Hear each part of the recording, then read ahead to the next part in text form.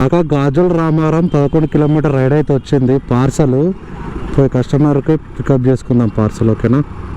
My homes ఏంది కొంపదేసి my home దాంట్లో వాడు ఉండొచ్చు కాక. మై హోమే యాక్చువల్లీ డైరెక్ట్ ఇంటికి వెళ్ళిపోదాం అనుకున్నా కాక. ఇక మళ్ళీ గాజుల రామారం అంటే ఎట్లా కూకడపలే కదా, ఇక అక్క వలస వెళ్ళిపోయింది బెస్ట్ అని చెప్పేసి రైడ్ యాక్సెప్ట్ చేసిన. లేకపోతే యాక్సెప్ట్ చేసేవాడిని అస్సలు కాదు. బట్ ఓకే పర్లేదులే, 11 కిలోమీటర్ పార్సల్ కదా, తీసుకోవడం బెస్టే కదా. పీకేది ఏం లేదు. ఈడ ఎడిటింగ్ చేసింది, ఆడ ఎడిటింగ్ చేసింది. అండ్ వన్ మోర్ థింగ్ ఏంటంటే కొన్ని డేస్ తర్వాత నాకు పార్సల్ ఆర్డర్ కాక, లేకపోతే చాలా డేస్ తర్వాత, లేక అసలు పార్సల్ అడగకుండా నాకు. సో కస్టమర్కి అయితే కాల్ చేద్దాం. లొకేషన్ వచ్చి మై హోమ్ పక్కన వచ్చింది. మై హోమ్ అక్కడ ఉంది.